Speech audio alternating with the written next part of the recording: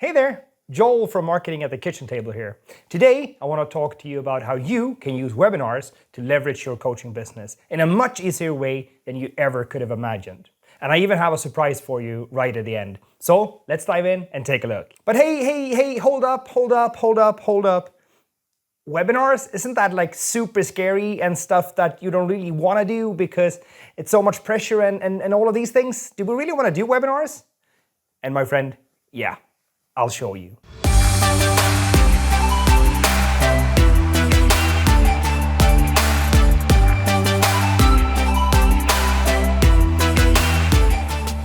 First, let me tell you a few things about webinars and why we do webinars at our company.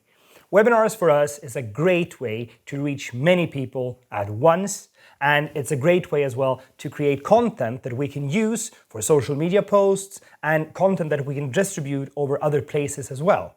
It's not just the actual webinar, but everything around it that makes it so powerful. We use webinars for years and it works like a charm. And I want to show you how you too can set this up for your business. There's a few different steps to this. So in order to make it super easy for you, we created a guide that you can go and find at our blog, and I'll post that in the links right below. We can read from start to finish how to set it up. So let's take a look at that once you're done with this video.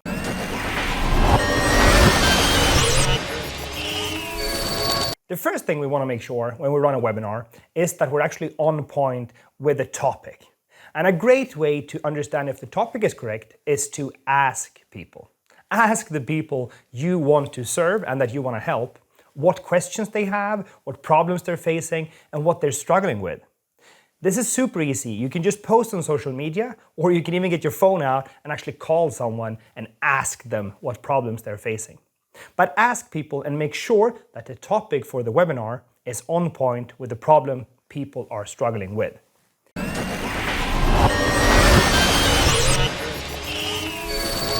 Second, make sure to create a super easy system for you.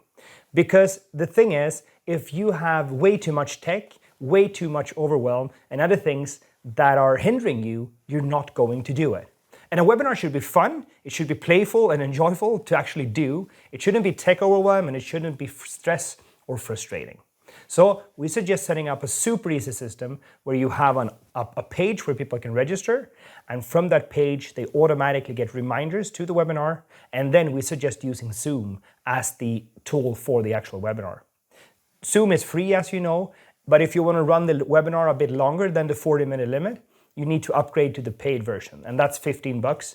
And if you're going to do one-off webinars, you can just upgrade, do that, and then cancel the plan again. So using Zoom is super easy to help you get the webinar done.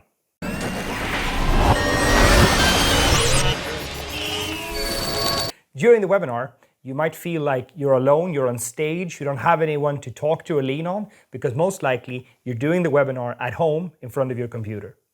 A great way to get rid of this is to have the chat open for questions.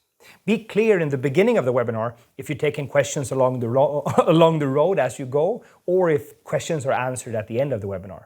By getting feedback and getting input from the people on the webinar is a great way to interact, answer specific questions that might have come up during the webinar, and also to make sure that you're on point with the content you're creating. You can also use polls to ask questions during the webinar. There are lots of softwares to do this, so I encourage you, use polls to actually interact with the people on the webinar.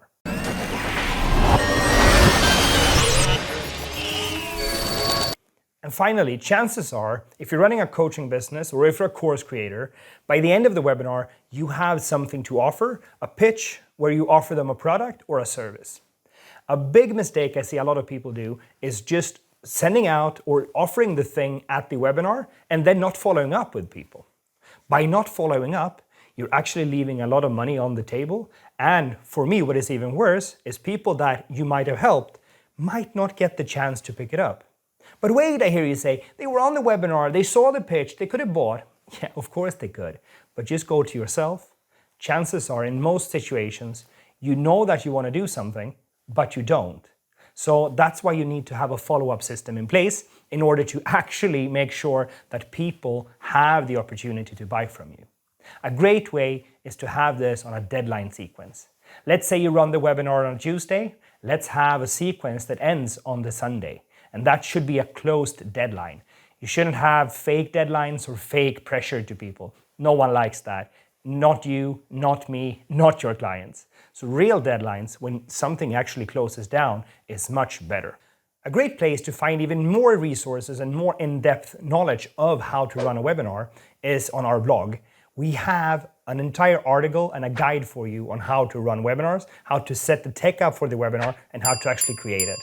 We also created a free webinar masterclass that you can sign up on that page. So if you're looking to run webinars, that's a good place to start. My friend, I hope you liked this video. Let me know in the comments below if you run your webinar already, how it went, and what struggles you might be facing when it comes to webinars. My name is Joel. I work at Marketing from the Kitchen Table and Coachbox. And on this channel, we help you grow your coaching business. Have a great day, my friend, and take care. Bye.